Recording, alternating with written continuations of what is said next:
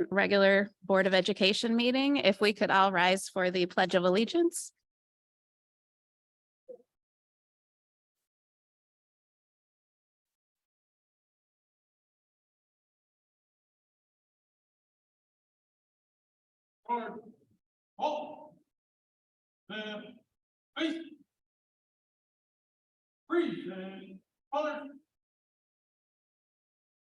Allegiance to the flag of the United States of America and to the republic for which it stands, one nation, under God, indivisible, with liberty and justice for all.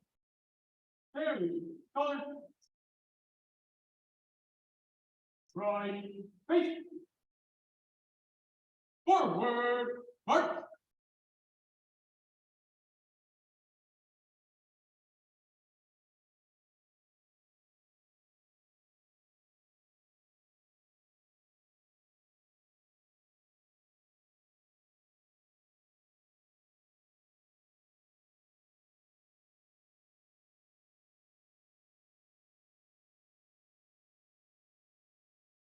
Go ahead and take attendance. Ms. Sparkmeyer, Here. Mr. Green, Present. Mr. Richards, Here. Mr. Moses, Here.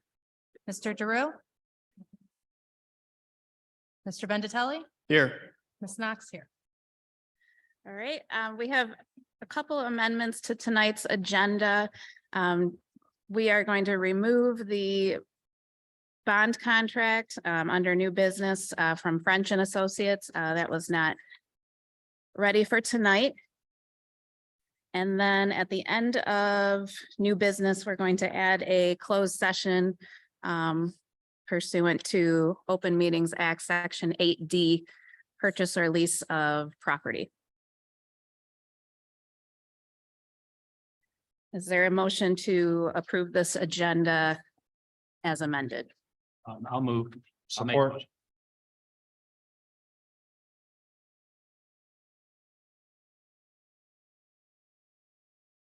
Any discussion? All in favor? Aye. All opposed? Motion passes. So we'll move next to our Student Congress update from Megan. Good evening. Today we held our monthly meeting at the Student Congress of the Student Congress Building Representatives. I would like to share with you some of the events taking place within our buildings. At Lighthouse, the representative was absent this month, so I do not have an update regarding them. But for Lottie, there was a family literacy night held with pizza and snacks. Participants could play games, and there was reader theater in the media center. March's Reading Month school-wide book contest with questions read during announcements, and the students who answer correctly get to go to the office and pick a prize. Lego League is offered in the morning for 3rd through 5th grade, and after-school art class is now offered.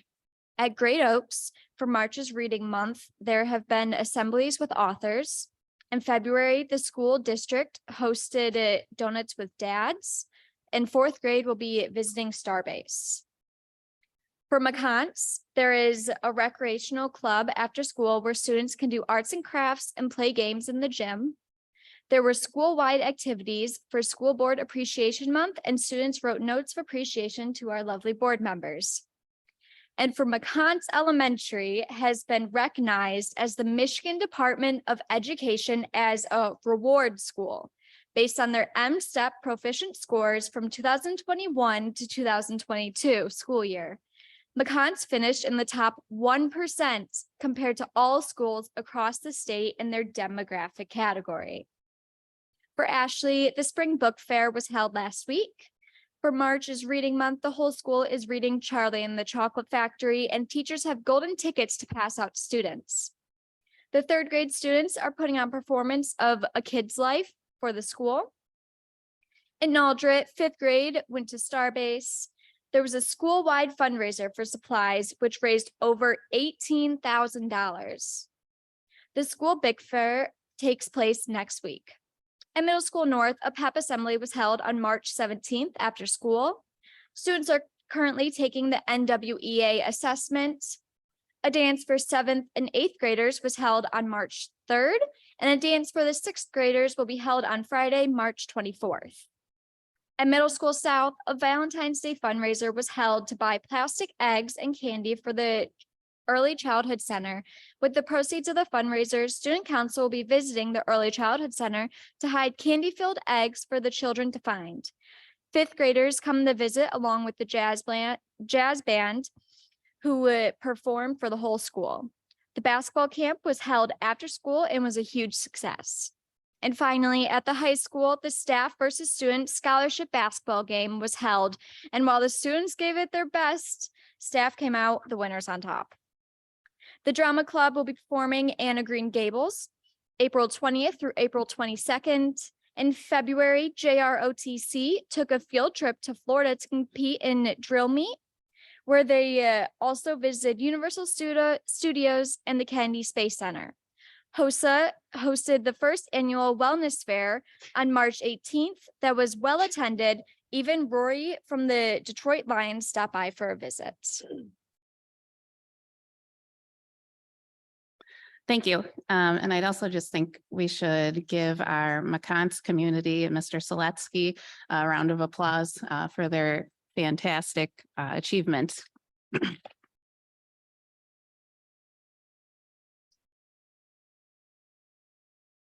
Okay, we're going to move on to our Kaleidoscope Young Authors presentation.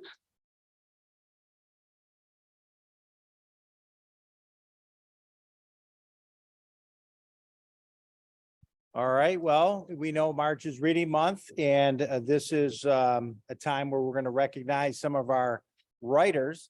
But if I could have all of my the Kaleidoscope winners, the teachers, principals, whoever's here for the student, come on up, the students that.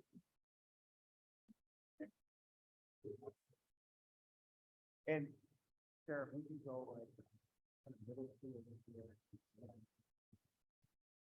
Yeah, I want to see that way. Yeah, well, yeah. Yeah. We're gonna start with.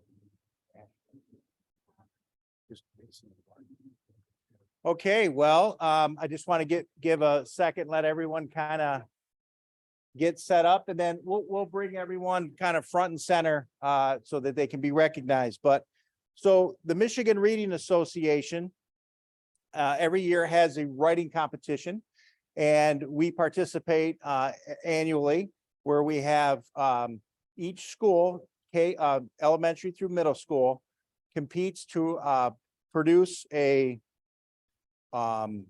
writing piece, and a committee at each school chooses one winner out of the whole school. That is a very polished piece that will be published in the Kaleidoscope magazine. So tonight we have those winners, and I'm going to invite kind of announce the winner and let the teacher or the principal talk about the writing piece. So we're going to start with Ashley Elementary. Our winner is Lillian Cintron, and we have a teacher, and come on up, take it away. Tell us about the piece. All right. Well, on behalf of Ashley Elementary, we are celebrating Lily Cintron's writing and her teacher, Mrs. Burdan. Lily is a third grade student at Ashley Elementary, and they were working on short stories during the holiday season. Lily took her time, went through the writing process, all stages, and wrote a piece entitled The Gingerbread Man. She added a lot of detail. She added a lot of rhyming throughout her piece and focused on a lot of the skills that Mrs. Burdan had been teaching her. So we're very proud at Ashley Elementary to recognize Lily Cintron. Hold on. Oh, great, Lily.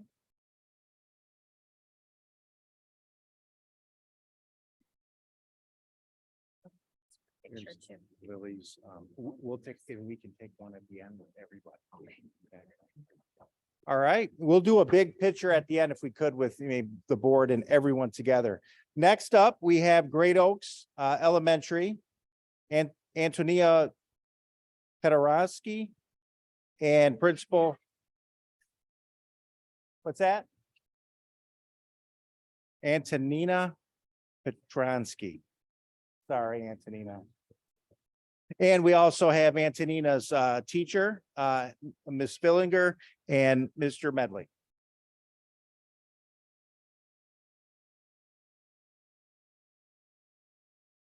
Hello, everybody. I call her Nina. It's just much easier that way too. So anyways, this is one of my favorite times of the year, just to really promote the writing and just how much it inspires these kids. Just to kind of throw it back a little bit too, I kind of did a flashback when I saw Kylie over here because she won it when she was in 4th grade over at Great Oaks. So it's just, I've never heard of anybody winning it twice. So there's a first for everything.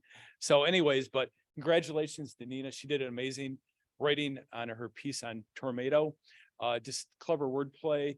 And just kind of I'll explain the process a little bit, and I'll have Ms. Fillinger put her to work for a second. That just the process we do at Great Oaks, which I'm sure they're similar in other schools. We kind of have the teachers kind of weed out some of their favorite picks.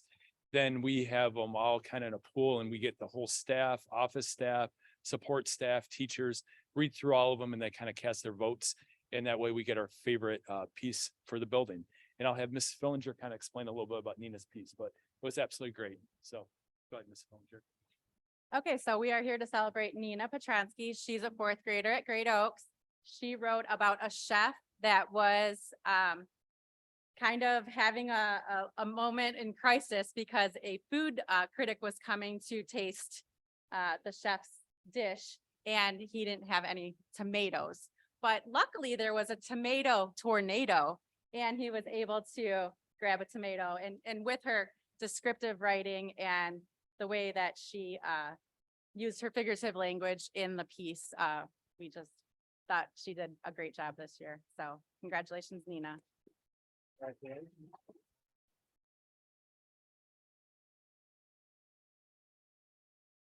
Okay, next up from McCants Elementary, Leah McCauley. I believe her teacher's here. Come on up, Chris. And take it away. Tell us about her writing. I'm Mrs. Carmela, her 5th grade teacher at McCons. I can certainly talk a lot about Aaliyah's writing. She's a fantastic student. She wrote an amazing piece that used a lot of figurative language and wrote from her heart. As much as I would like to tell you about it, I think it would be better if Aaliyah told you about it. So the inspiration for my story is, as the great teacher Miss Carmela is, she has a lot of books in her room, and I saw one titled Dancing in the Rain. It gave me an idea for it, and I took my favorite song called Magnolias and kind of mixed the two. It's a story about 2 characters named June and Carlos, and how it was a rainy day. So June wanted to take Carlos to like a field of magnolias, and if you can guess by the title, they started dancing while it was raining.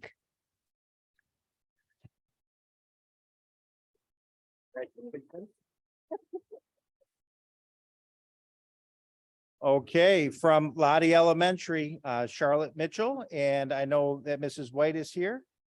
Come on up.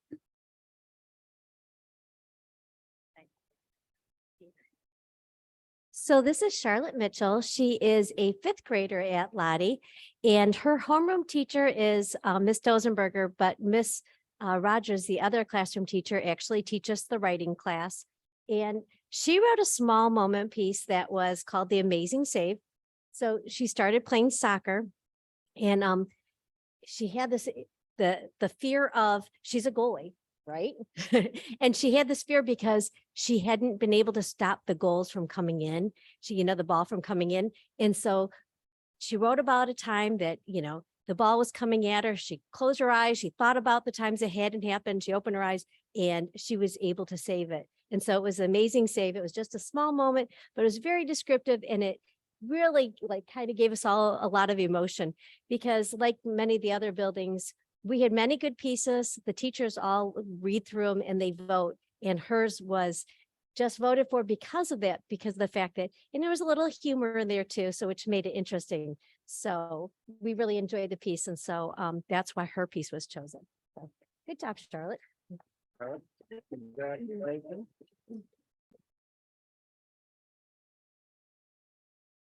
Okay, next up, from Naldred Elementary, Keaton, Diaz, and the writing piece is Fire. I believe Kelly Moore is here.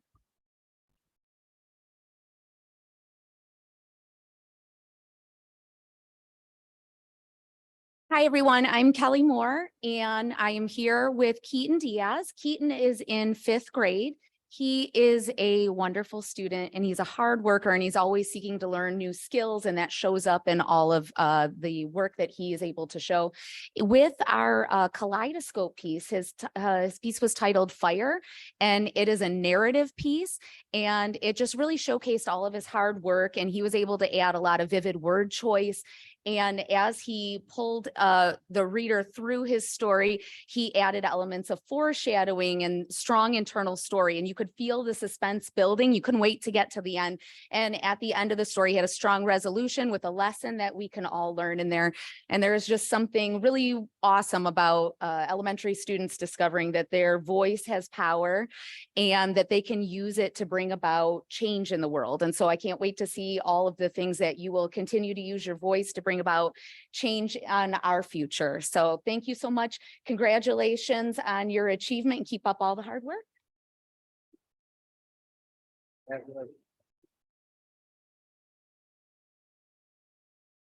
Okay, next up, we have Middle School South, Morgan Brial wrote a piece called Great Wolf Lodge, and I know Mrs. Paula's voice is here and Mr. Latona. Good evening. So unfortunately, Morgan couldn't be here with us tonight, but Mom is here. She's not feeling well. She wrote a personal narrative which described a family trip to the Great Wolf Lodge. Now, I've never been there, but after reading Morgan's personal narrative, it makes me kind of want to go. She wrote a beautifully detailed story. She made the experience come to life through vivid details and a wide variety of vocabulary. So if anyone's interested in possibly going there, if you've never been there, I highly recommend you read her personal narrative. So,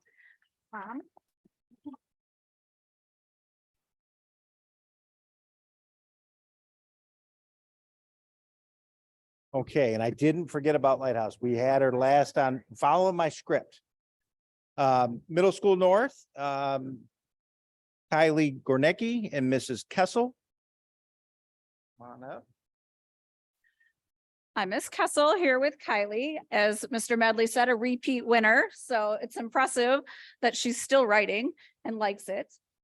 She wrote a story that if you have not read, I think you all have a packet, but it's kind of like that gut check that we all need sometimes, about a character named William who goes through this and all the little moments in time where you say, oh, next time, or next time, don't wait, don't wait, don't wait. And the message at the end is just how valuable time is and that we shouldn't always say next time.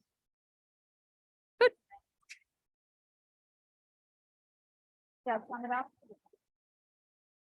Okay, and last but not least, from Lighthouse Elementary, Adeline Summers. And she wrote a piece called My Papa's Stroke. Mrs. Hoffman, come on up.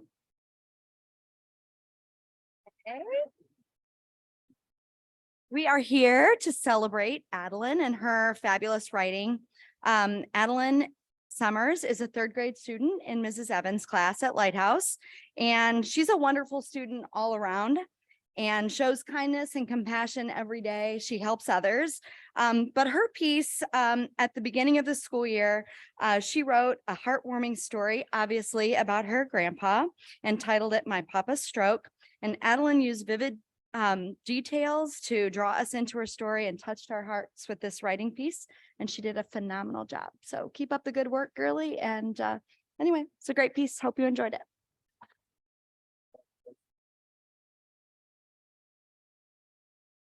Okay, that concludes our kaleidoscope presentation. Thank you. Oh, we want to do a picture. So if we could do a picture and have the students maybe line up here in front of the board. You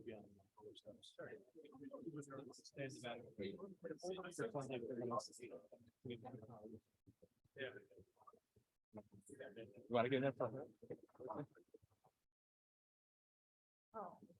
Teachers, yeah, you hold it for us.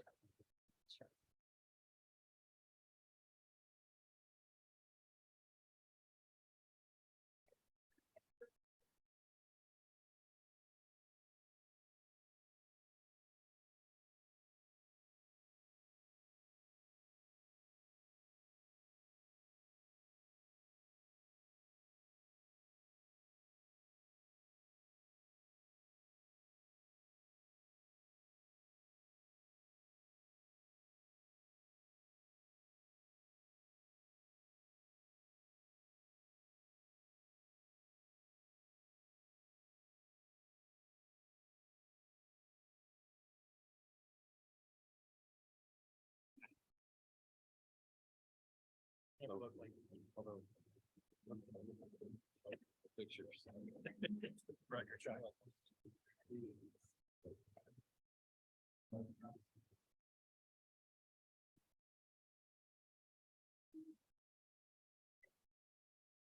wait a minute, so I was figured out. No.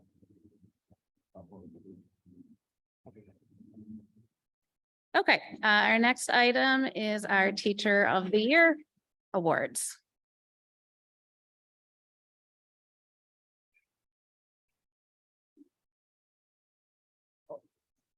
Good evening, board. Again, this is my pleasure to introduce to you Teachers of the Year. We're going to kind of go from elementary, middle school to high school. And I'm going to take a minute if I could have Miss Angela Matthews, our elementary Teacher of the Year, come forward. I'll tell you a little bit about Angela.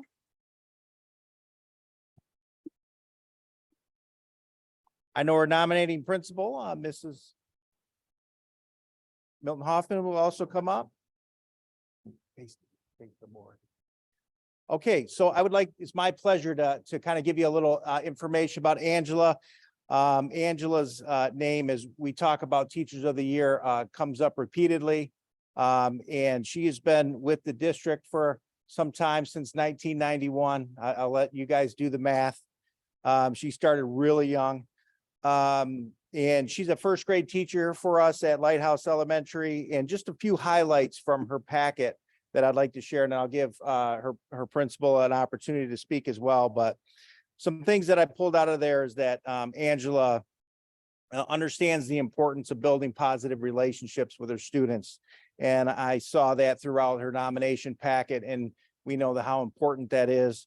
Also, some things that were noted during COVID, one of the more challenging times for teachers, that she went above and beyond, and even talked about how she engaged an author to engage with the students, an author of a children's book, to kind of give them just the best experience that she could during that time. And another thing that was really clear in her packet was throughout her experience, she's become become a mentor to her other colleagues, and is always willing to share best practices. And sometimes in education, when we go into our own classrooms, that is something that gets overlooked and is very, very valuable to our whole community. And currently she serves as a Pathfinder teacher. So although she's been with us a long time, she's still out front blazing the path as we move forward. And I know she's been part of the ELA committee and been very instrumental in our early literacy in elementary. Some things that I also pulled from there, some quotes that she's always willing to learn new things to improve her craft. And one of her, something that she talked about is that she believes her role as a teacher is to spark the love for learning in her students, to guide them towards lifelong learning. And we couldn't be more proud of Angela. And I know I'll give Sherry an opportunity to say a few things. Yes, Joe definitely summed up so many of the major parts, but what I wanted to add is that former students or parents who had worked with Angie would call me about this time of year, knowing that it was time for Teacher of the Year nominations, and always asked to make sure that we got Angie in there. And I'm so proud of all of the work that she does. Again, like Joe said, building a rapport, making connections with kids. Kids come back to see her year after year. They help in her classroom during their lunchtime. She gives her time freely after school classes and programs as well. She is definitely moving us forward in the areas of language arts and all curriculum areas, but certainly a go-to person for me in the area of language arts. So I am so proud and value our relationship and working with you, and so well deserved. So congratulations.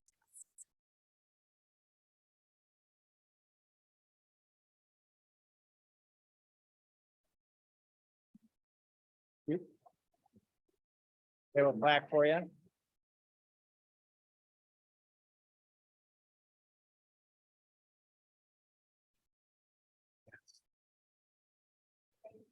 Anybody here that would, if you want to take a picture, feel free.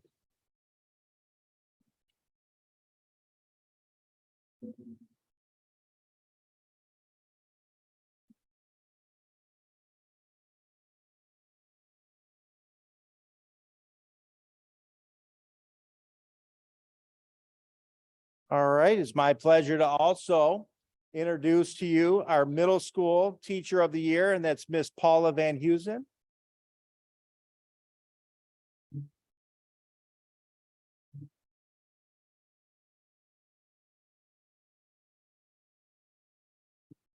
All right, I talk a little bit. It's my pleasure to tell a little bit about Paula here. Wherever you're comfortable. Teachers of the year can stand where they like.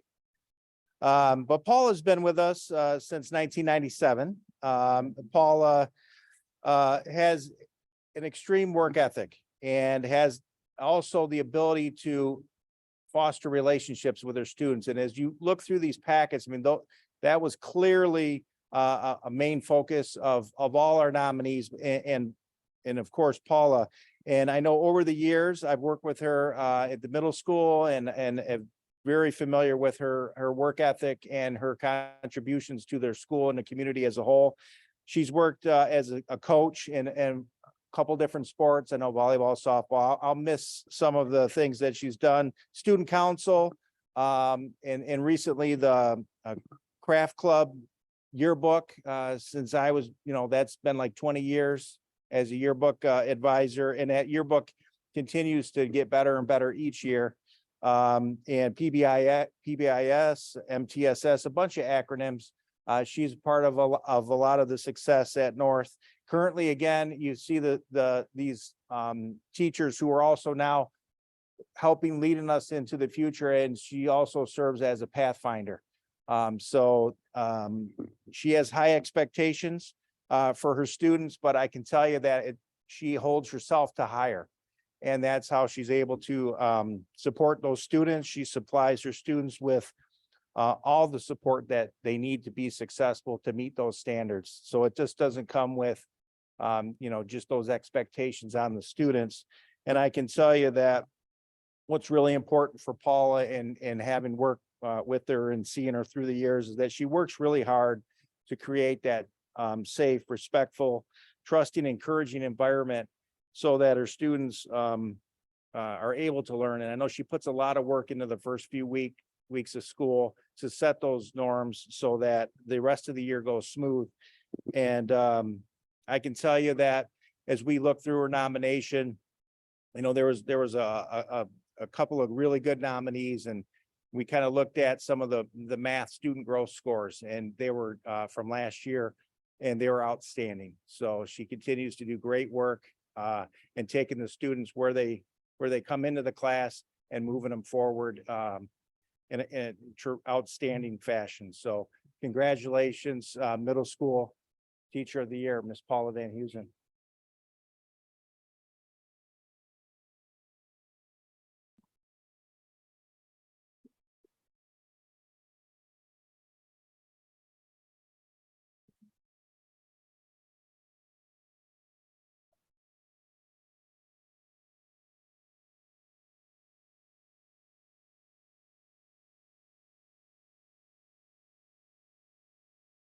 And I'd like to introduce Ms. Kenward so that she will introduce the high school teacher of the year. Thank you, Mr. McDonald. At this time, if Mrs. Dixon could come and join us.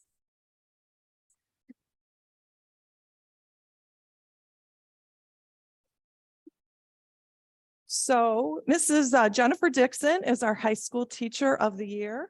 She teaches in our career technical education department. She teaches all of our medical education classes. And as we know, it is so challenging to find career technical education teachers. And we are blessed beyond measure that she has decided to join us. She's been with us since 2017. She has 15 years experience as a nurse in trauma. So we are very lucky to have her. She also is our advisor to our award-winning HOSA Club.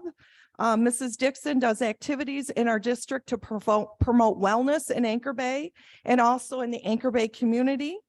Each year, her students compete in competition such as Strive for a Safer Drive and Gift of Life. Last year, our HOSA club won first place in Michigan. We had 366 donors that signed up for Gift of Life. And I think it's best said, I had one of her former students write a letter, and I would just like to kind of read the letter, and I think that best describes Miss Dixon. Whoops, let me get my glasses. I am a former student of Mrs. Dixon. I was also involved in HOSA for 2 years, where I went to regionals, states, and national with Mrs. Dixon, who is the advisor. I am now a sophomore in college. Mrs. Dixon is by far one of the best teachers I've ever had at Anchor Bay. She was the one who inspired me to be in the medical field, and now I'm pursuing a degree in nursing. The first day I walked into a classroom, the energy was just happy and positive, and that is well said by that student. In her class, we learned medical terminology, how to handle patients in a hospital setting, how to treat patients, and so much more. This knowledge that Mrs. Dixon taught me helped me immensely as I started my nursing classes last fall. Mrs. Dixon is very fair, honest, and helpful. She was eager to help us learn and teach us everything we need to know to help us in our future. Mrs. Dixon truly deserves the award of Teacher of the Year. I could not imagine having a better teacher and role model as I did in the high school, and I am so thankful for everything she has done for me. Congratulations, Mrs. Dixon.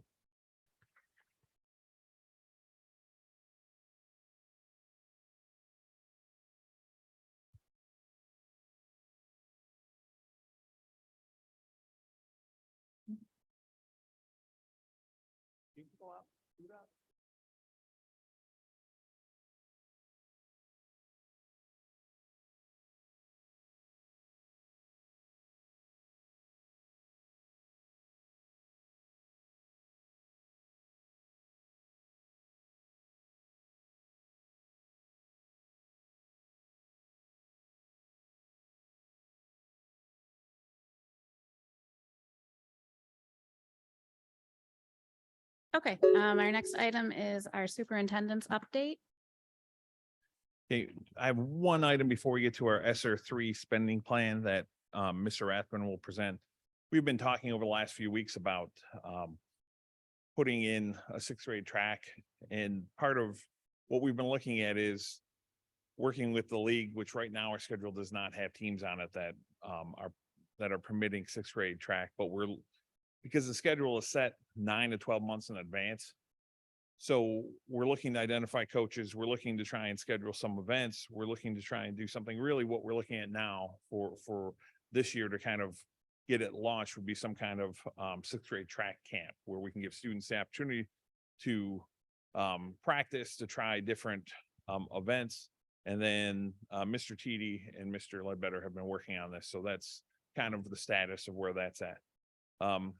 That's the only update I have, but we have Mr. Rathman has our ESSER III presentation as well.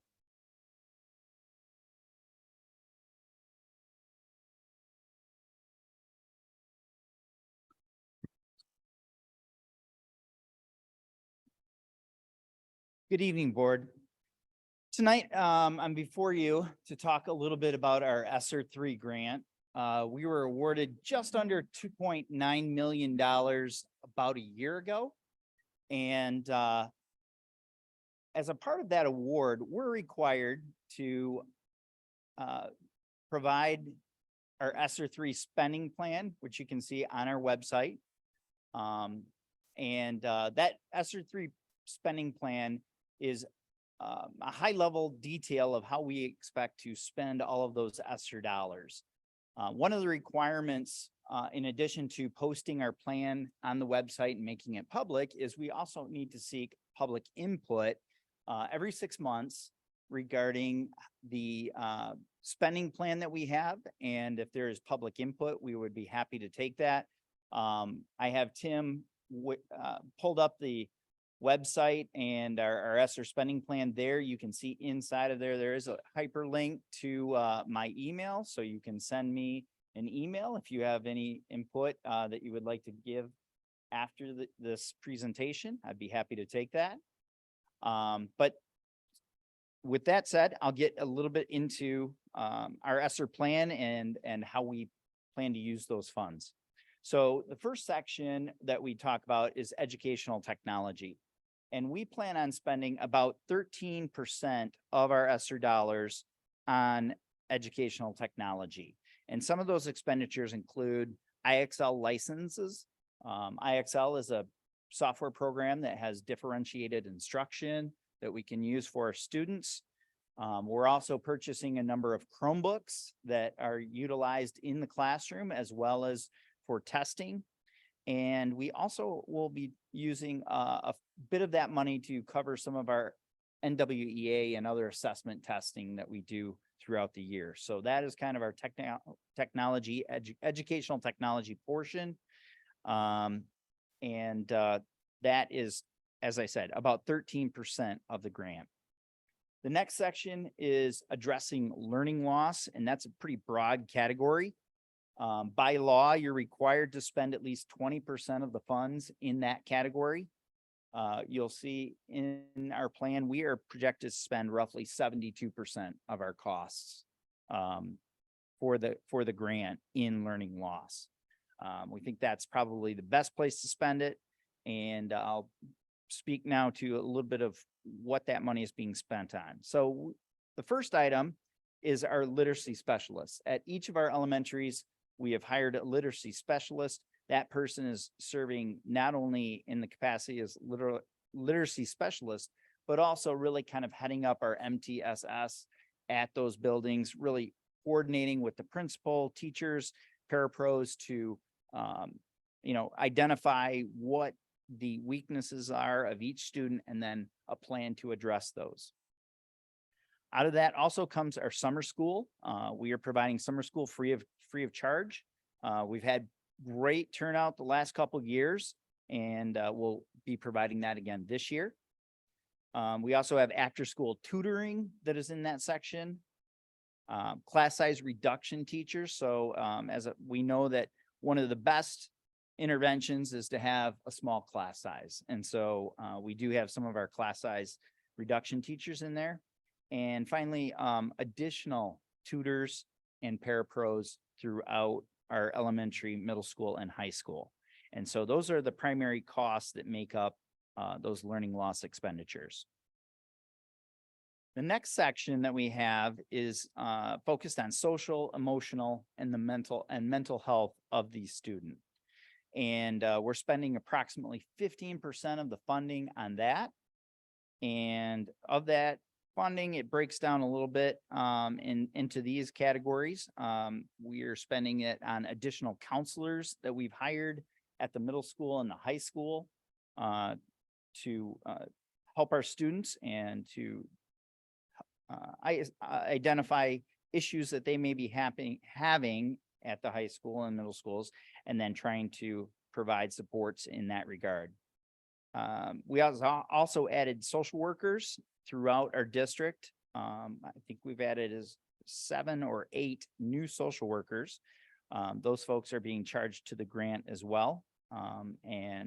Finally, our positivity project that we've implemented at all of our elementaries and middle schools. The costs associated with that positivity project are also being charged to our ESSER grant. So those are the items right now that we are utilizing the grant funds for. As I said, we're required to seek public input, and I'd be happy to take that, as well as input from the board.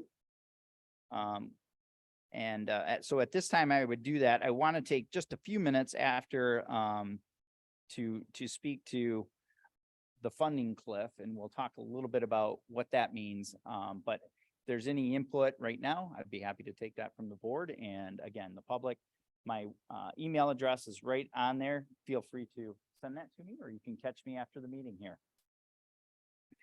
So we do have with our ESSER monies, we're going to have that for this year and next year. All of these supports that I talked about, we've been working really hard behind the scenes with our finance committee and, with Phil and our administration here to try and address, once those ESSER funds go away, how are we going to pay for all of these supports, all of these folks that we talked about that are so essential to what we're trying to do here at Anchor Bay. And so knowing that those funds are going away, one of the things that we're paying close attention to is how are we going to fund after that goes away? So we're looking at, obviously, the increase that we're getting in foundation is a huge piece of that. We're looking at other grant opportunities, and then just trying to continue to be as efficient as we can, and put the money rather than in, administrative or other areas, try and make sure that that money is spent in the classroom. So, but I think at this point in time, one of the things we're seeing is with the additional foundation and so forth, that we think we're going to be able to afford to keep all of these supports and all of these interventions in place for our students. And I'm really happy about that. There's nothing more. That's concludes my report. Any questions from the board? Okay, thank you. We will move next to the hearing of the public. As a reminder, those that wish to address the board regarding agenda items must complete a brief request stating so. Remarks about specific employees should be directed to them personally and not included in our public forum. And administration will follow up with these concerns in 48 hours of this board meeting. First request I have is Mr. Mark Paparelli.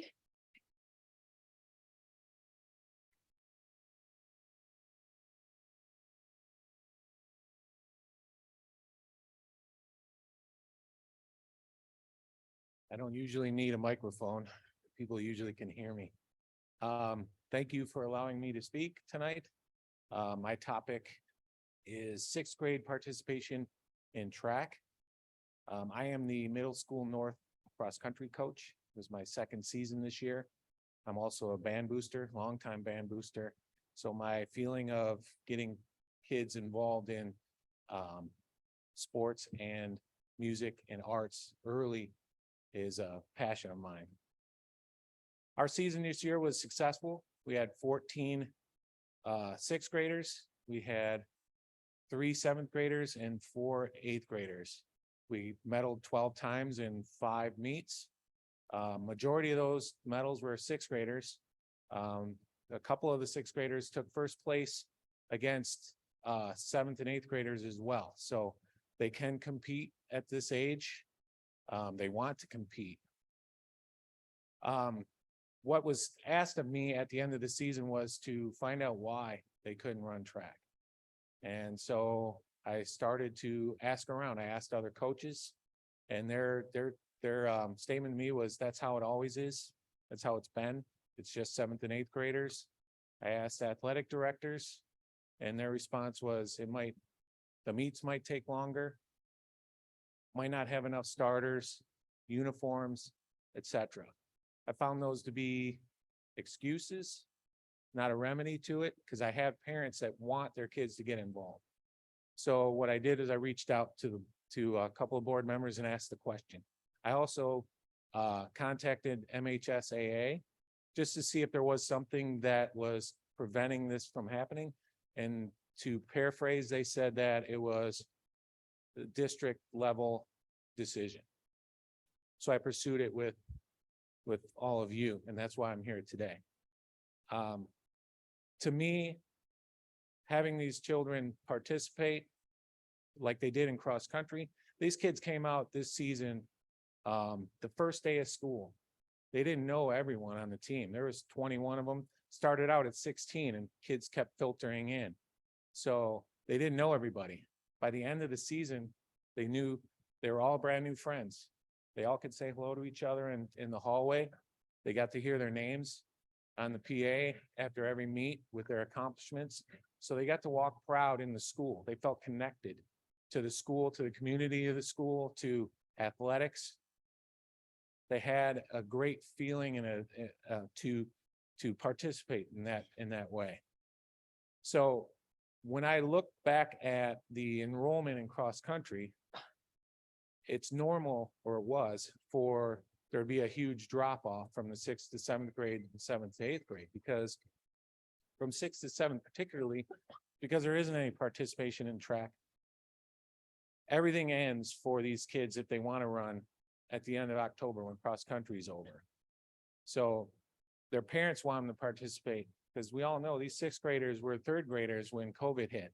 So at the time when they were supposed to be meeting new friends and getting out and seeing everybody, they were closed in the one room. They were in electronics. That's how they learned. That's how they started to interact with each other, FaceTime. So now they have face-to-face time when they're outside running cross country. And we want to have that for them in track. I'm willing to help coach if that's a concern, that there's not enough coaches, if we get that many sixth graders to participate. I want these kids to start to feel that they're a part of the middle school, not just academically, but with sports. Not everyone can play an instrument. I witness that all the time, but everyone can run. They just have to want to do it and put the work in, and they will achieve medals like some of these students over here did. They did that. She was the one that came in first place for one of the meets. Anyway, I digress. So that's the most important part, is them to feel as they're a part of it. And the byproduct of it is it will fill the cross-country team, because the kids will continue to run. I'll have more seventh graders and more eighth graders. And then sixth graders want to come in from fifth grade because they see that it's happening. Then they can run track. So then it fills that track up. Then it filters into the high school program, which I know there's a large drop off, because if I only have 3 eighth graders running, they don't have, and one was a boy. So where are they getting that for the high school, right? The ninth graders that are going to run, there aren't any. So I ask that you, I don't know if you're going to make a decision tonight, probably not, but I ask that you think about it and let these kids run track. That's all I have, unless you have questions for me. Thank you.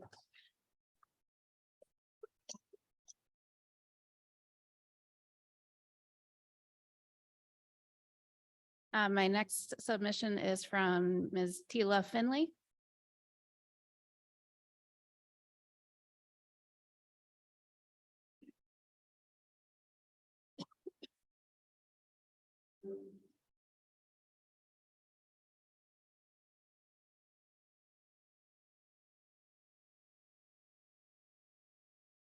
Hello. I'm Tila Finley.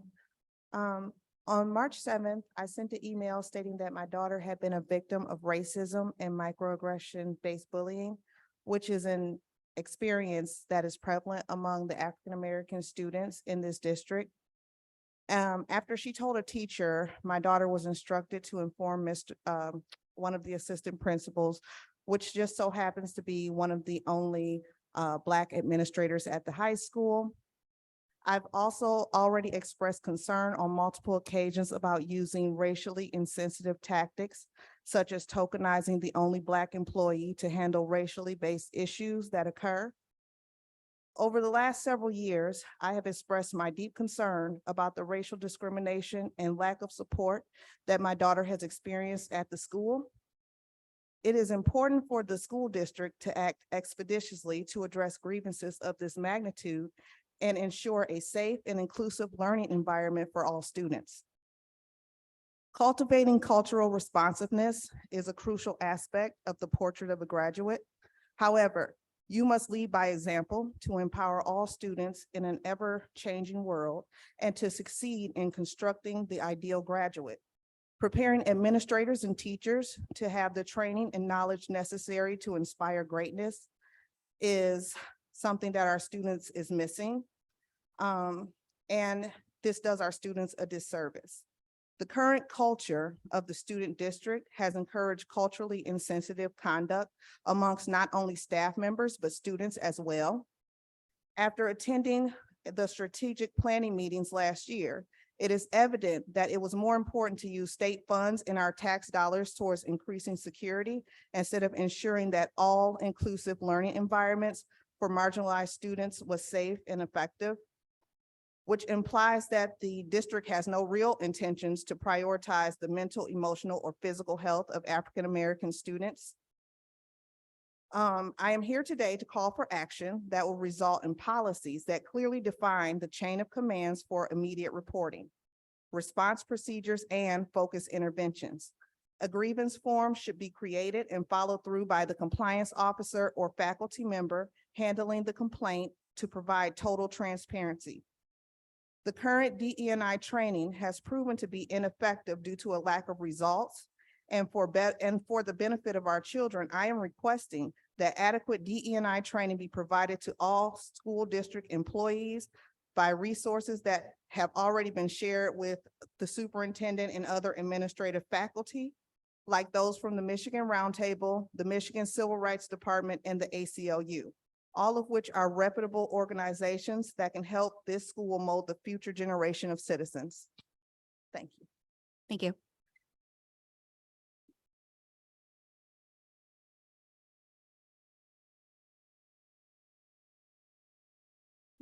Okay, I don't have any other submissions, so we will move to communications.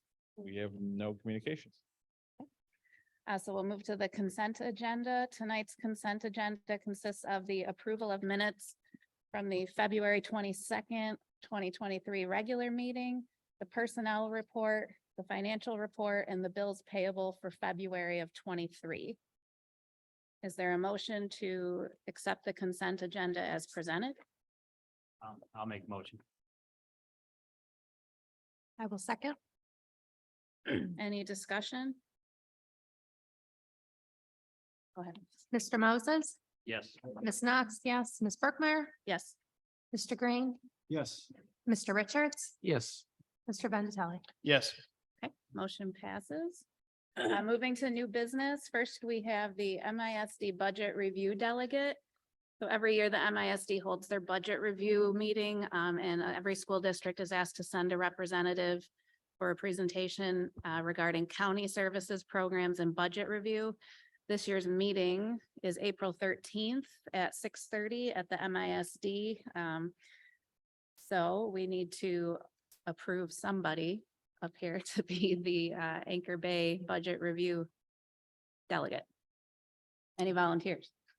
Well, I'm going to skip the volunteer part and just nominate our treasurer, Mr. Richards.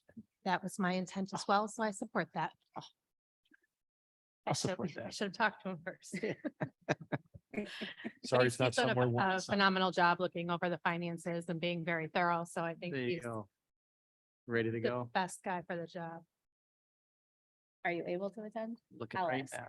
April Give April 13th. me 1 second. I think, 6:30. Yeah. sorry, everyone. Just 1 second. All that technology is taking. Yeah, yeah. I'm actually out of town. Wow. Is it the 13th? 13th, 1/3. Yeah, I'm out of town. Can you change your plans? Okay. You out of town too? Anyone else from the Finance Committee want to step up? Can we table it till John's here? We don't have Any another meeting interest? before then. Oh, you are not going to pull that new guy card this whole year. It's not going to work. Yes, I will check my phone too. Oh, no, I'm out of town. It's the 13th. Thursday?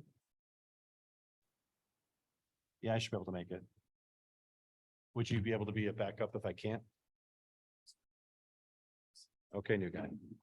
No violence on the board, just. simply yes or no. All right. Yes, I will volunteer myself with Dominic as a backup.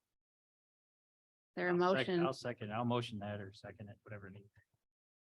So Mr. Green will motion for himself.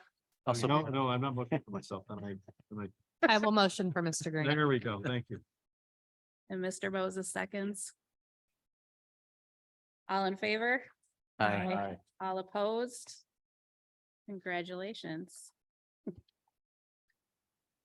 Next, we have an item regarding proposed property sale.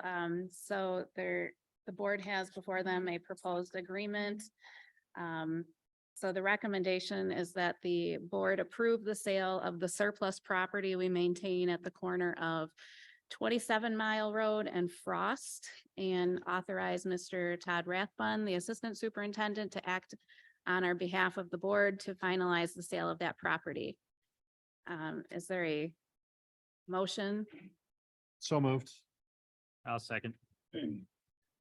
Just for transparency's sake, off the top of my head, it's half an acre, It is, yes, it's a half an acre. half an acre property. So this isn't It was the site of the original one-room schoolhouse that we've had for probably close to 100 years now.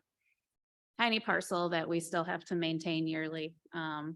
So we've had an offer to sell it to a nearby neighbor. So that's what this is. And it is unbuildable. Yes. Yeah. It really doesn't hold much value, just an expense for us. And the schoolhouse is no longer there, correct? Correct. Correct. Thank you.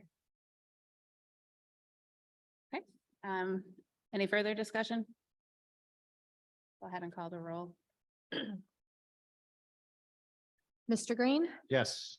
Mr. Moses, Yes. Mr. Vendatelli, Yes. Ms. Berkmeyer, Yes. Mr. Richards, Yes. Ms. Knox, yes. Okay, motion passes.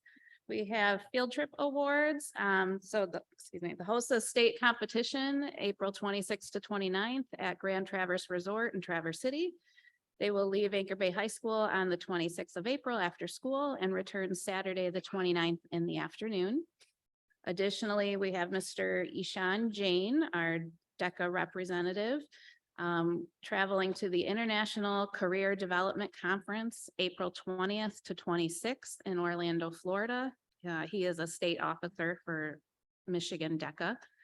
And then as well, we have Mrs. Schaefer, a teacher and a student, will be attending the BPA Nationals in Anaheim, California, April 26th to 30th. Is there a motion for these field trip awards? So moved. I'll second. My only question, the BPA awards with one of our staff members going, is the parent of the student going as well? No, the parent cannot attend, so we have the staff members going to chaperone.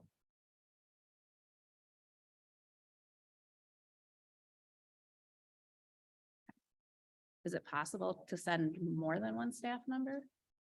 Yeah, we can send more than one. Is there any other discussion on that? Sir. Think she needs another staff member, so. And I don't have anything against it. I have the same concern you do. One teacher, one student. Oh, I got you. Yeah. Yeah, Same concern Lisa has then. yes. So as much as I don't want to spend the money to send two staffers to California. Sounds like Mr. Richards has some travel plans. Maybe he can head out. Maybe going to Orlando. I guess I would amend the recommendation if there is another teacher or staff member available to go. Maybe to have two staff members at least, No problem. That's where my comfort level is. like I a don't two know deep where this is. supervision. Where I go.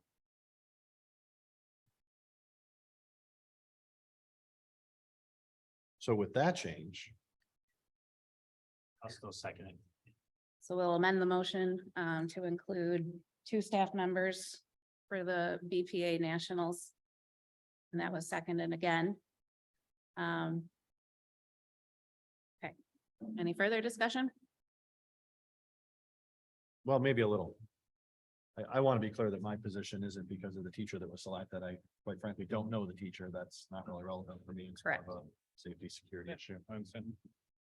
I would agree. I just think, for her protection, frankly, like and the students' protection, a too deep leadership would be better. Okay, go ahead and call the roll. Mr. Green? Yes. Oh, I made that motion. Ms. Knox, yes. Mr. Moses? Yes. Ms. Berkmeyer? Yes. Mr. Green. I'm still yes. Okay, Mr. Richards, Yes. Mr. Vendatelli. Yes. Okay, motion passes. Next, we have award recommendations. So the school district received bids on March 14th for temperature control upgrades for McDonald, this building. The controls will be installed on all equipment associated with Air Handler 4, which operates the gym and cafeteria. Ms. Wiley, the maintenance supervisor, has reviewed the bids, completed post-bid assessments, attached the bid tabulation sheets to the board packets. It is recommended to award the work to Metro Controls. They were the award as they've successfully completed controls for us in the past. And the project is funded by 2019 bond funds.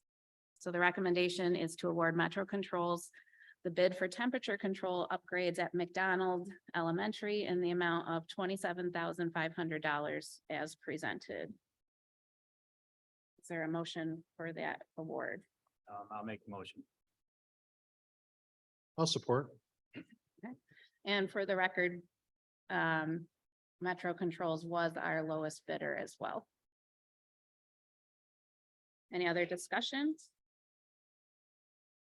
Go ahead. Mr. Moses, Yes. Mr. Green, Yes. Mr. Richards, Yes. Ms. Brookmeyer, Yes. Mr. Vendatelli, Yes. Ms. Knox, yes. All right. And next we have our district-wide access control. So March 2nd, formal bids were received for the district-wide access control project. Barton Mallow reviewed the proposals with the architect and prepared is recommending the following actions for award of contracts. So for bid category 080000, hardware, Hicks Construction Company in Shelby Township with a base bid $182,136. The total amount for the recommended award is $182,136. For bid category 280000 for access control, technology install partners out of Cleveland, Ohio. The base bid was $276,449. The alternate one door contacts was $53,983. The total amount for recommended award was $330,432. And the project contingency amount, $51,256.80.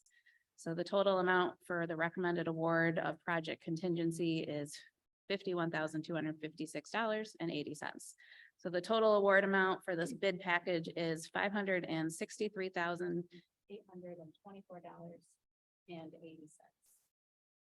Your mic just went out.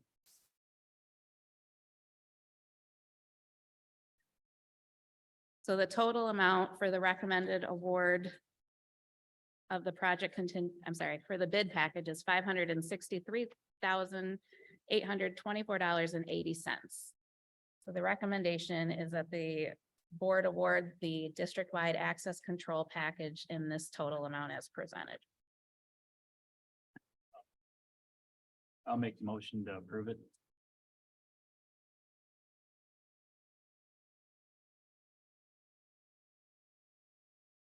Is there a second? I'll second. Any discussion? Just for the public we have in attendance and at home, could you explain a little bit what the district-wide access control is? 'Cause there wasn't a lot of Yeah, and we detail. actually, for Corey Wiley is going to enlighten us. We all know, but this is just for everyone else to know. Okay, so access controls is our card reader system. So is what we've done is the access control package is put card readers on our exterior doors. We've assessed every building and determined a certain number per building. So not every door will have a card reader, but if they do not have a card reader, the hardware package that you're approving tonight is also changing the exterior door hardware. So we'll have new locks as well. So that's really the whole package. Thank you. Did this come in front of the finance committee with numbers? No, this is not.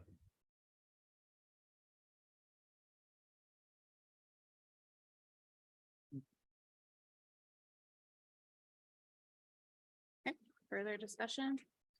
Yeah, just a question.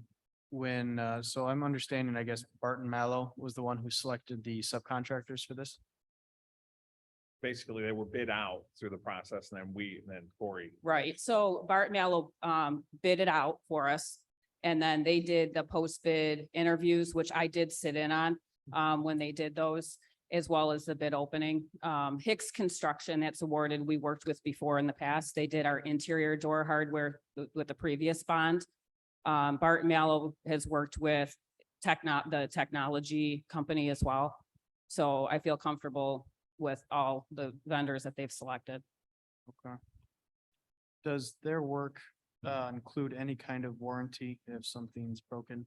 Or- There is warranties. I would want to look at the bid packs before I speak to it. I know it's at least a 1 year warranty on all the equipment. Okay, do we have the bid package in front of us?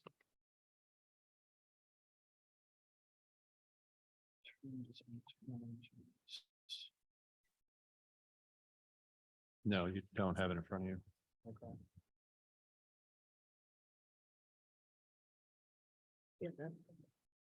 Yeah. Is this kind of like an urgent need? Is this a project that we really have a desire to get going now? Well, yes, this is this is the first phase of the new bond where we're just basically for access controls and exterior security. Okay.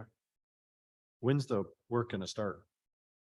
So we were able to purchase the card readers before the end of December. We did that because there was anticipated a 20% increase in the card readers. So we already have card readers in stock. So now it's going to be the electrical that needs to come in. We can before the end of the school year, we'll be starting the project. Once the vendors get the okay, I'd have a better time frame, but I would say within 30 to 45 days, we should be able to start installation. So the 182 is hardware? Is that under Hicks Construction? Yes, that first line.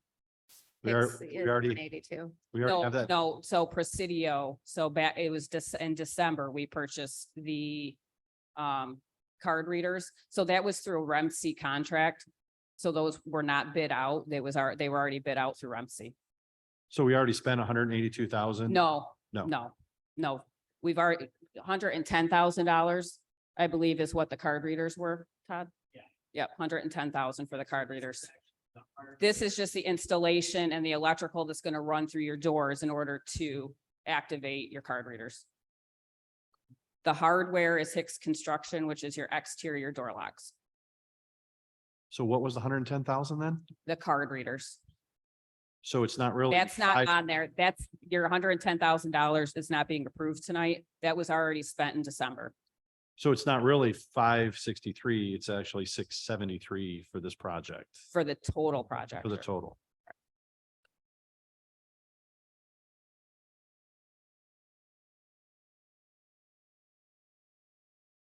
Does this still fit in the bond parameters that we allocated to spend on this? Yes.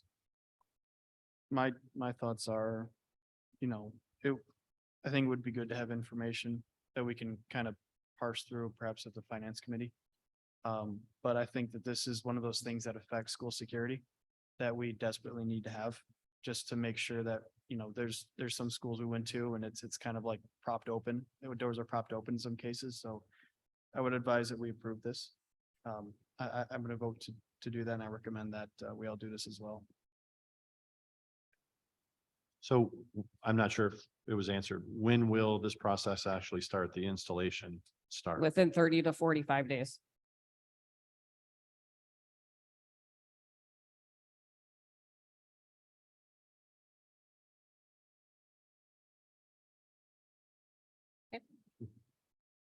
Go ahead and call the roll. Mr. Moses, Yes. Mr. Richards, Yes. Mr. Benicelli, Yes. Ms. Berkmeyer, Yes. Mr. Green, No. Ms. Knox, yes. Motion passes. Next, we have bond contracts. So we have one contract before the board. You received a contract for Communications by Design. So the recommendation is that the board approve the contract with Communication by Design as presented. I'll make the motion.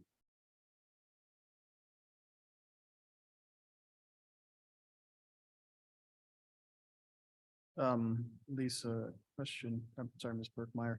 I wrote down that item number 5 was closed session for sale of property. There's a second page on the agenda. Oh, okay. So we're doing that. So it's coming after number 6. We're almost there. Gotcha. Yeah, this is Yep. 5B. We deleted 5A. Part of this was 5A, the French and Associates contract that we nixed off of this agenda, but. And then we have one more item. Okay, so the closed session, that's item number 7 now. Yes. Okay, sorry about that.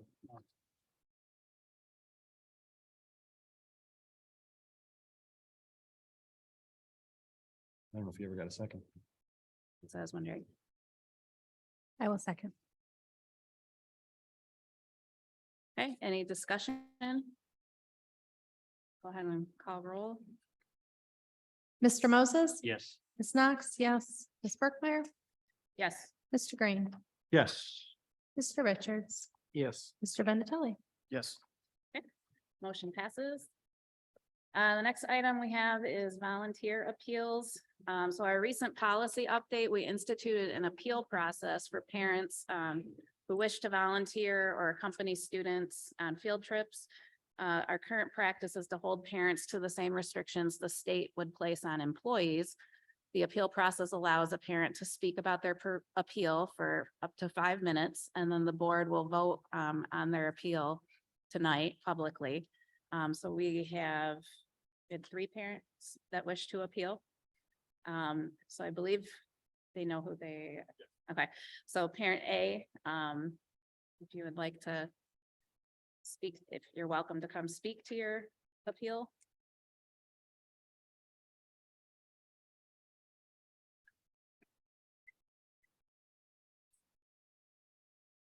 Good evening, board.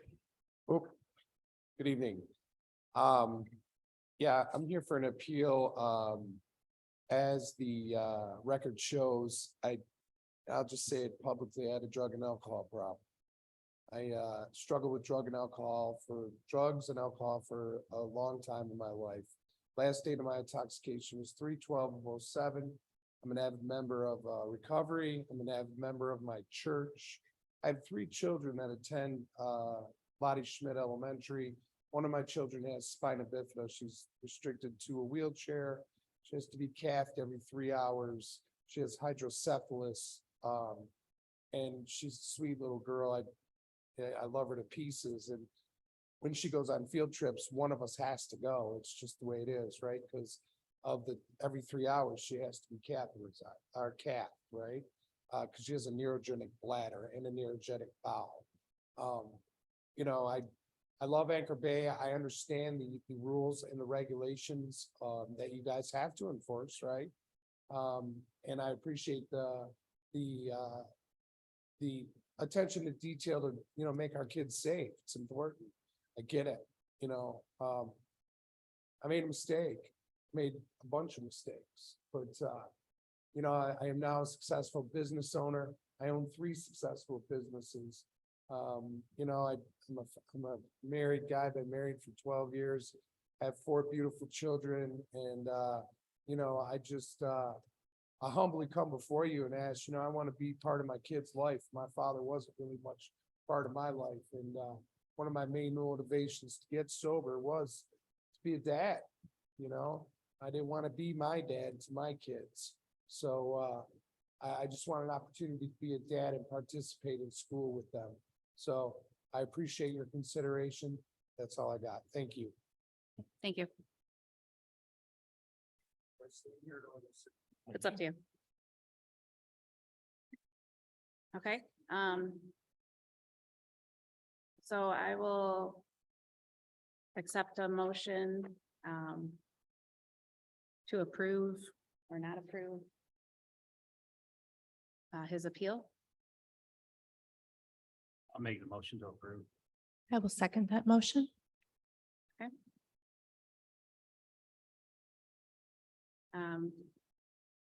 Go ahead and call the roll.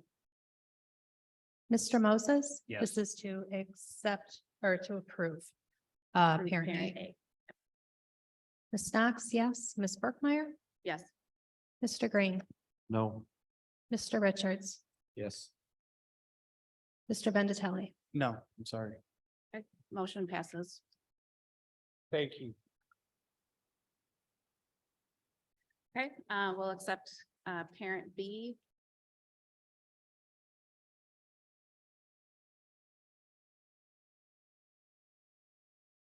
Good evening. Thanks for having me tonight. I am a 1999 graduate of Anchor Bay High School. I'm here tonight because it popped up. I volunteered for my daughter's mystery reader. I wanted to read to her class, and I developed a drug habit in high school, my junior year at Anchor Bay, and I struggled all the way through my 20s. And when I turned 30, light kind of went off my head. Then you got to grow up. You gotta stop being selfish, and that's what I did. I've been sober for 13 years now. I have 3 kids. We're all gonna be attending Anchor Bay throughout the years. Yeah, I just ask you to consider it, and I don't know, it would mean a lot to, read a book to my kid or take her on a field trip. And that's all I ask. Be short. Thank you. Thank you. Can I just add, I'm this man's father-in-law, and I just wanted to add that in terms of the background you're looking at, none of the offenses would have precluded him with your permission to work for the district. That's not what he's asking to do. None of the offenses preclude his ability to be considered. And I just want to point out that when this then young man came and in a very old school way announced to me and my wife what his intentions were with my daughter, which was rather unusual. He was very forthright and immediately disclosed everything that any parent would want to know, but might not know about an individual. And I think he's trying to do the same thing with you folks here tonight. You have accepted 2 of his kids under your arm and your wing, and they're thrilled. They love coming here. And of course, they, like any kid, they want their dad to come read to them in the classroom. And that's really what triggered this. He was unaware of the process. And like any parent, he wants to be involved with his kids while they're here. And everything he told me at the beginning, this many years later, everything he promised to do has come true. He's taken good care of my daughter. He's raised wonderful grandchildren that I'm now the beneficiary of enjoying on a weekly basis. And their 3rd child will soon be entering your system as well. So I do appreciate you've afforded this process. I do appreciate that it's a difficult decision to make. And I also do appreciate what you're doing for my grandchildren, his children. Thank you. Yep, thank you. Okay, I will accept a motion to approve or not approve the appeal for parent B. I'll make a motion to approve. I will second. All right, call the roll. Wait, a little discussion. This is hard for me because I do appreciate that how hard it is to beat an addiction. And there's a lot of struggles that go with that. And I hope that your journey continues and maintaining that sort of, forthrightness. I have a difficult time feeling comfortable letting someone who has history like that in the school, being that in this sort of juncture, we don't have the opportunity to get both sides of the story. And, I'd love to believe everything you say and sort of like go down that route, but it's difficult to me to consider how, potentially something might happen in the future. Then it kind of looks back on us like, well, why'd you let this guy in the school? And I'm not saying that you'll do that, obviously, but things potentially could happen. And I feel that I have faith in the court system and that I believe there is a mechanism to have these records expunged. And if that was done, then we wouldn't really need to be having this conversation in the first place. I understand why this policy is put in here because, there's potentially sometimes exceptions might occur, but if I'm being honest, and I really mean this, with respect, and I don't mean to be harsh or anything, but there's no combination of words that any parent under any circumstances could come up to me for an appeal that I would feel comfortable approving. Because I feel like if we had, if we're in a court setting, for example, we had all the information like a judge would, they might expunge the record for you. And so I just think that part of this process is we're just dealing with a lack of information. And so that's why I intend not to approve. And I'll do so in the future. Obviously, you guys will make up your own mind, but just want to add that spiel in there. And, I wish you all the best of luck. Just I had a lot of the same feelings. I'm not gonna hold back, but I did a lot of research, a lot of background, and I shouldn't say a lot of research. I talked to people, and a lot of other districts probably wouldn't have flagged them for this. Is the reason why I'm standing on this. You know what I mean? Because it's so far in the past. A lot of places don't go 13, 17 years into somebody's past. They allow them to have a second chance. So that's kind of where I'm at, but I do understand where you're coming from, and I do kind of feel like it, but I do think people do change, and I do think that, being a part of your kid's life is real important in school and everywhere else, and I really don't feel like these pose a problem or pose a threat. I would speak to that as well. I agree with both of you that I feel like all the appeals we've had thus far, and so far have been easily 10 years plus since somebody's passed. And so I feel like, our process is, for our volunteers is that people are held to the same standard that we might put to employing somebody, but frankly, we don't have to have it that way. We choose to, which I think is fine, but I would allow for this process where somebody has the courage and wants to come speak to us forthright, tell us face to face, either what happened and why, and where they're at today. I'd like to hear it. So I feel comfortable, when things are past a certain point, length of time, going forward. I think a lot of people make mistakes in their youth, and I really hate to hold that to somebody, to their children and, like as a continuing punishment, personally, so that, when they are able to tell us, that they've made this change, improve that. So, that's, kind of where I come from on these decisions. Frankly, nobody has to divulge their thought process, but, you're welcome to. To expand on especially what Mr. Moses and Ms. Berkmeyer said, I also believe in second chances. And I also think, I have two sons that are 18 and 20. And should they make any mistakes in their youth, I would hope that they would be offered the same grace later on in life when they want to be parents and they want to be involved. And that's something that we really struggle with sometimes is having that parent involvement. And that's what's going to make all the difference. So far, I've voted yes on all of the appeals, and I've never felt that children, should my children still be in district or any other children were in danger. I think we have a competent office staff, amazing teachers that are still watching out. We don't have a parent going in their robe with a whole classroom. So there's a lot of, I think, system of checks and balances in place.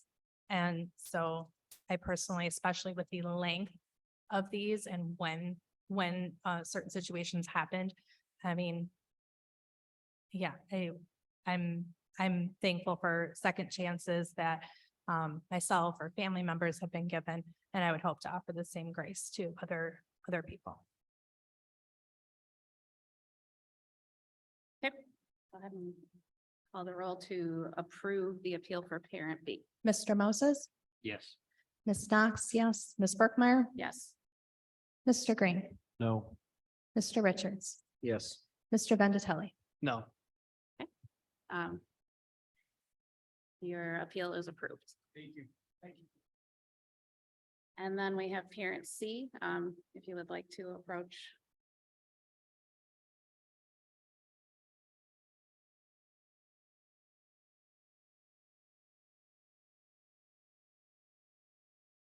Good evening. I appreciate you guys taking the time to listen to me. I'm just gonna be very honest, very straight up. 22 years ago, I was in a very toxic relationship. I had a girlfriend who was extremely abusive. One evening, she went a little too far. I was hit, I was kicked, I was headbutted in my mouth, I was bleeding, I threw her to the ground. And because she called the police, I was arrested. I never went to trial. I was never convicted. Nothing ever came of it. I talked to my lawyer this week and she said the report that you guys pulled, there's three different categories to it. There's conviction, there's dismissal, and there's arrest. I only fall under arrest. I never served time. I was never found guilty of anything. But this has come out. I've lived in this community my whole life. My oldest daughter graduated from Anchor Bay last year. I have been in her classes countless times. And then I get a phone call telling me that I'm unable to now be a part of my younger children's school lives. I work in banking. I work in the community. I work in New Baltimore, in the city of New Baltimore. I'm a parent T-ball coach to my son's T-ball team with kids from all over the area. The gentleman you just approved is the coach of the team. I work with the T-ball team with him 2 to 3 times a week. This is something that, a circumstance happened 22 years ago that I never saw anything for. As I said, I was never convicted. I never saw trial. I never saw anything. But because of the circumstance that she made the complaint and not me, I was the one arrested for it. So to me, there's no reason that I should not be able to, because I was turned down to read to my son's class. I did that to my daughter for my daughter's classes while she was all through elementary school. The look on her face every time I showed up made my whole life worthwhile. Ms. Knox, you know my daughter. To see that look on her face and then to have the anticipation of walking into my son's classroom, to see that look on his face and to get a call and tell me that that's been ripped away from me because of something circumstantial that happened 22 years ago, 16 years before my son was born, is, there's no words for it. It's heartbreaking at best. I never want to have to explain to my son why a group of people told me that I can't be involved in his life. And I've got a younger daughter that's coming up behind him. I never want to have to explain to those two that I got stuck in a terrible circumstance well before they were born, well before I met their mother, well before I was even legally, yes, I was an adult, but we know at 20 years old, you're not an adult. Mentally, you're not there. So for me to say that, for me to have to tell my kids that I can't be a part of their school lives, when I was a part of their older sister's school life, when I am a part of my son's T-ball team, it's just something I won't be, it's something I won't be okay with doing.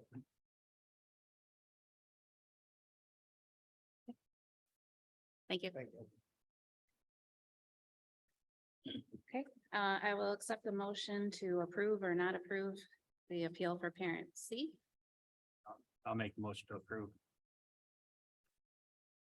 I will support. And I do have a question, probably for Mr. Jankowski. It's been 2 years and I was brought on during COVID. So did our process become more diligent or was it revisited and that Mr. Gunn could participate before, but now he can't? Part of that was revised based off of how the state breaks up those, because the policy has always been that it follows what we have for employment. And so when those categories change, therefore, these categories change. Thank you. The only, Madam President, I would request, it doesn't, my questions probably don't pertain specifically to this gentleman, but I think we need to circle back and whether it's after this motion or at another meeting, there's some other questions that I have about the process and how we're handling it and. I agree. And again, if it's an agenda item for next month, but it doesn't apply specifically to him in this motion, so I don't think it's appropriate to discuss it, but.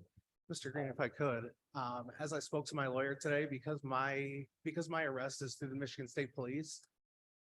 There's no, as you said, lawyers can get things expunged and things like that.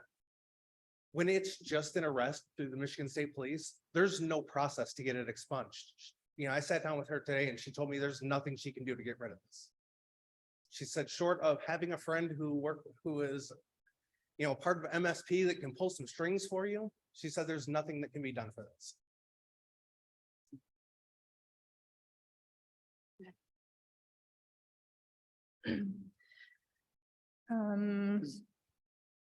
So there To was a a motion to approve. and it motion was to approve seconded. parent C. Yep. Mr. Moses. I'm sorry, Oh. right before we call roll, I'm not familiar with how the process works. There's no way to get it expunged? No, it's because it's not a conviction. I was never convicted of anything, so there's nothing to expunge. It's just an arrest. It holds in the Michigan State Police Department's arrest records. But again, there's three sectors to that. I wasn't convicted. I wasn't dismissed. It's just an arrest. And that arrest, they don't have a process to have that removed. Okay, is there any way, and I'd love to believe you, is there any way to verify that information just to, because I'd hate to be you kind of picked up on that. The biggest thing for me is if you can expunge it, you'd expect that it would be, because then you go to court and you have all the information laid out and there's two sides of the story and they go over it. Which obviously we can't do here, but if there's no process to get that expunged, then you probably guess how I feel about that. As far as everything you're saying, this happened in January of 2001. This is the first time I've ever heard this. I work in banking. I have to go through federal background checks constantly. Anytime I switch places of employment, I have to go through federal background checks. I have to go through fingerprinting. This check that the school district ran on me is the first time this has come up in 22 years. I didn't know it was even out there until I got the call from Laura Gonzalez telling me that I wasn't able to do this and what the appeal process was. And as I said, I have been working with a lawyer who, she told me today flat out that the Michigan State Police Department does not have a way to remove this short of knowing somebody who works for MSP that can pull some strings. I would have done this years ago. I would have done this 22 years ago had I thought anything about it, but, and now finding, like I said, having it never come up in every background check I've ever had. I worked for one of the 10 biggest banks in the country. That's not an easy background check to pass, but I passed it. I worked for them for 2 years. When I left and came to my current job, again, had to pass a federal background check. I've had to go through state background checks for different things. So, for this to come up completely blindsided me. It's not anything I've ever tried to hide from anybody, but it's not something that I knew. Making a mistake at 20 years old and thinking that it was gone is, when you're in your 40s, like I said, it's devastating.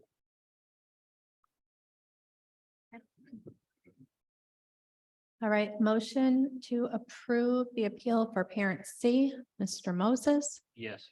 Ms. Knox, yes, Ms. Burkmeyer, Yes. Mr. Green, No. Mr. Richards, Yes. Mr. Vendatelli. Yes. Motion passes. You are approved. And I just like, well, Mr. Green's statement too, I think, we should probably look into our process, what we're doing too, to Mr. Vendatelli's, Right, I think, position. maybe just guidance from Mr. Jankowski in that if, you still have to pull these the same way, but it might make it maybe a simpler, easier do for Yeah. the board, it sounds like, for the likely. If we can have clarification on that, what was, what this gentleman's step said, and then as well, maybe letting us know which of those categories, like he was saying, it falls into. Right, invalidate things too. Yeah. Yeah, Well, that might and be we can make it helpful. the focus of policy committee. Yeah. Is the iChat system? So if I could weigh in, since you guys started the discussion. Mhm. He's absolutely right. Parent C, with the federal background that he has to go through to be in the banking and the annual renewals they have to do, we're dropping the ball somewhere. So I don't know where that is. If, if it's truly, and the problem is I still voted no because I can't take him for his word. But I want to see it in writing. So we need to get a legal opinion from our attorneys, and I want those released as part of the agreement. They would sign a release that would let us have access to their records. They're in our packet so we can see them. I can't believe an arrest report comes up with no prosecution that could prevent this man from seeing his kids at school. I'm still gonna vote no because of what I do. If it's not in ink, it didn't happen. I'm not saying that it didn't to him, Yeah. but if an arrest report from 20+ years ago was preventing him, we're missing big time. And either we figure it out quick or we suspend the policy. Mhm. So if it's next meeting, if it's, something you want to come in front of policy that we get together and discuss, but again, legal opinion, they need to sign a waiver where this stuff can be released because we're coming up, all three gentlemen that came up tonight, we have partial information on. I have to take them for their word of when these things happened, what they were. I still don't know what the charges were against the first two gentlemen. They didn't reference them. They referenced when, but they didn't actually say what they were. The third gentleman did talk about probably the domestic, from 2001. And his story is like a lot of domestic stories. Usually the caller is the person who's the victim.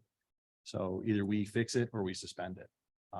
But if we're going to keep just approving based on what someone's telling us when they walk in here, there's no point in having the policy. Okay. So I know Ms. Knox referenced that, there was nothing that she was going to lose sleep about yet, with Mhm. your voting. Let's fix it. Because I think it's broken right now. Yeah, I feel like I don't know if this is not the record you're talking about, but we do have the things from iChat and, Yeah, you get what we get. yeah, Was it shared with me? Did I miss it? yes.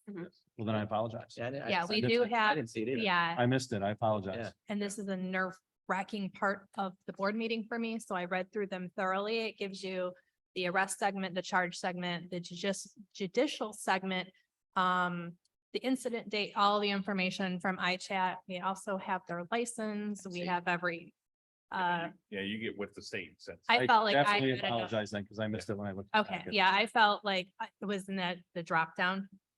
Like where you see the two and then there's the, Like, can I see it on my phone? oh, maybe not, I don't know. But Oh, yeah, so okay. that is another, Okay. I felt very comfortable with my decision because I read through these when we got them and I read through them again today before this. Well, on parent C, it just says there was an arrest and there's nothing after that. Let me go to parent seat real quick. I think this might be something that we can go through at Yeah. like. at policy level. Okay, and I guess all right, that's fair enough. And then my last question would be, would just an arrest be something that would bar somebody? Because an When you arrest go is an through, arrest. It's They, not a, basically, they tell you if you have a hit and what that hit and what it is under and what classification. what it is, So that's why we okay. follow that. Yeah. Yeah, I would like to circle back and Yeah. talk about it the next time we have an opportunity. I think it's a great idea. And thank you for bringing that to our attention because I think, that's an important conversation to have regarding our policy and to review. All right, the next, we have closed session. So the board is looking to move to closed session for considering purchase or lease of property pursuant to the Open Meetings Act, Section 8D. So the recommendation is for the board to enter into closed session. I'll So make a mo- motion. Okay, I will second. This has to be a roll call. Roll call. Mr. Moses, Yes. Ms. Knox, yes, Ms. Brookmeyer, Yeah. Mr. Green, Yes. Mr. Richards. Yes. Mr. Vendatelli. Yes. All right. All right, so the board will enter closed session at 8:41.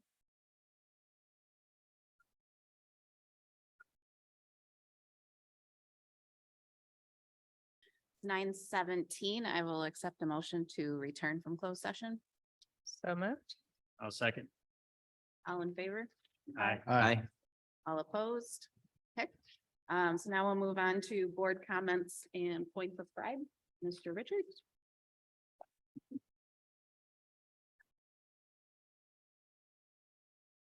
I'd like to thank all the students, student council members, parents, and staff that volunteered and helped organize the senior scholarship basketball game. It was a great event, and it was great to see the stands full of fans as well. Congratulations to the mock trial team who won the honorable mention at the Macomb Regional Tournament on Saturday, March 4th. They also earned a wild card spot for the state finals tournament. Kindergarten readiness night is tomorrow, March 23rd at 6 p.m. at the Anchor Bay High School. Come join an incredible school district. The Anchor Bay Education Association fundraiser A Night at the Races is Friday, May 5th. All proceeds benefit the ABEA Scholarship Fund for Anchor Bay students. Congratulations to the Anchor Bay Concert Ensemble on outstanding performances at the MSBOA District 16 Festival. The Wind Ensemble, Symphonic Band, and Concert Cadet Band all received an overall First Division Superior rating. In ninth grade, Symphonic Band earned an overall Second Division Excellent rating. All our Anchor Bay bands earned straight A's. Congratulations to all BPA members who competed at the Leadership Conference in Grand Rapids. Chloe Oshman won and will serve as the state level secretary and treasurer. Tristan Duffy was awarded 7th in the state for graphic design. Jacob Lakota, Mickey Lentini, and Dominic Ouvry earned 6th place for administrative support team. The Ira Township Easter egg hunt is Sunday, April 2nd at the Township Municipal Park. The Anchor Bay School District is hiring. We have multi-trades helper position available, as well as full-time custodial staff and sub-custodians. Congratulations to our teachers of the year: elementary Angela Matthews, middle school Paula Van Hootsen, and high school Jennifer Dixon. Awesome job. I'd like to thank all the staff, students, and businesses that helped make the career fair a successful event. The Commons was packed with attendees. I even saw students from surrounding school districts attending as well. Congratulations to our Kaleidoscope winners tonight. Congratulations to Middle School North Student of the Month, 6th grader Kayla King, 7th grade Morgan Myers, and 8th grader Rylan Joyce. Nice job. The high school DECA chapter had 38 competitors attend the Michigan DECA State Career Conference. Students Jacob Takaraz, Samantha Muzi, Sydney Nelson, and Izhan Jane received medals for their role plays and were named state finalists. Aiden French and Izhan Jane received medals for placing in the top 5 for comprehensive exam scores. Awesome job. Anchor Bay School District hosted the superintendent school board meeting. I'd like to recognize Chef Reitner and the student chefs from hospitality and foods. They did an incredible job and did an amazing job representing the school district. The district-wide wellness fair was held this past weekend. Thank you to HOSA Club and students and staff for putting together this event. Youth Cornhole registration is now going on. The events will be held at Lottie Elementary School for children's ages 8 through 17. Congratulations to our Anchor Bay hockey team on winning the regional title. Great job. Congratulations to senior Melanie Straub on winning the regional bowling championship. My points of pride this month goes out to the Middle School North 7th grade girls basketball team. Mom shared a post today on Facebook. The team wore crazy socks to help their teammate Riley, which is her daughter, celebrate National Down Syndrome Day in honor of her big brother Dylan. Awesome job. Thank you. Just wanted to once again congratulate the Kaleidoscope winners and the teachers of the year. I did get to read in Ms. Matthews' class today. Shout out to Knox. We bonded. That's his first name. That's my last name. So hi, buddy. School board dinner was fantastic. Our students were so professional. The food was amazing. And my point of pride is, I don't know who it is. Who is running our social media? Chelsea. So Chelsea is doing a phenomenal job. I noticed, but I always follow the district. But my husband noticed. He's like, there's a lot going on at school. Like, yes, there is. And he's like, I don't remember seeing so much about the district before. So Chelsea, you got my husband's attention. That's hard to do. Great job. I have nothing to add. I would just like to add, you know, congratulations to the teachers of the year, but I also want to make sure that all our teachers get some some recognition, because I know there was a lot of them that, that could have won that award too, that, we're blessed to have a lot of great teachers in this school district. That's all I got. I got a couple here.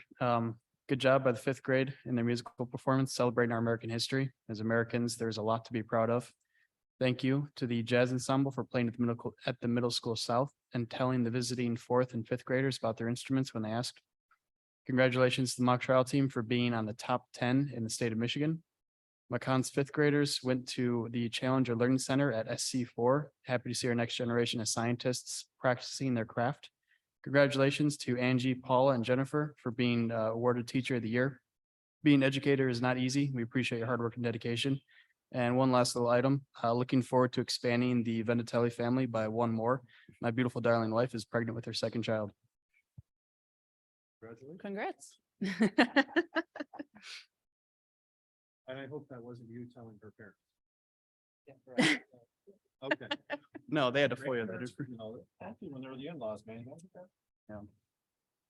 I just want to reiterate, congratulations to the Kaleidoscope winners that came. I had an opportunity this weekend to read through the packet. Certainly some great stories that we were able to read through, and as well as the Teachers of the Year. And that is all I have for tonight. We'll go to, do we have legislative updates? Legislative update, there's only 3 items. One, the right to work repeal has moved forward. I don't think it's quite yet to go to the governor, but I believe it's passed both houses. They have to make sure both those agree, and they'll vote on that again. The other piece of legislation that's moving is House Bill 4044. That is the repeal of Public Act 54 of 2011. This act states that upon the expiration of a contract, step increases in healthcare contribution amounts are frozen until a new contract is in place. It also states that wages shall not be applied retroactively unless required by an arbitration panel or included in the negotiating bargaining agreement. So basically that would repeal those protections for the district. It has passed the House, I believe, today. Now the Senate is going to, the rumor is the Senate will pass a substitute bill, send it back to the House that will have other changes that could be the other aspects of the prohibited subjects. So that's moving as well. I was tasked with being our legislative or liaison and attending the legislative monthly meetings for the Macomb County School Board Association. We discussed everything Mr. Jankowski just mentioned. Still kind of coming up to or getting up to speed on things. They are looking as a county school board association to publish an op-ed encouraging the special ed funding that we're supposed to get for them to release all of it. I believe we only get, I want to say, I forget now, I'm forgetting. 75%, yeah, because we're looking for the additional 25%. They were going to kind of roll that in. There was a draft. There's a new draft coming around after there was discussion to see about the County School Board Association submitting that or, publishing an op-ed and like where and who it should be addressed to and all of those kinds of things. Once I see more final draft, I will send it to the board members just because I'd be signing on our behalf. So kind of make sure you guys are cool with it. So I'll let you know when that comes around. Okay, thank you. Board committee updates. I don't think we've had committee meetings, but we just had our board workshop on Saturday. We met from about 9 to 3, 3:30, sorry. Went through a lot of updates with Mr. Jankowski, and all the board members were in attendance. We went over bond updates and strategic planning, how we're rolling out with that, staffing issues. You can jump in. Yeah, on top of that, professional development, basically programs that we're looking to add, and ultimately a more in-depth legislative update. Other than that, I will accept a motion to adjourn. So move. Second. All in favor? Hi. All opposed? Okay, meeting adjourns at 9:27. Good night.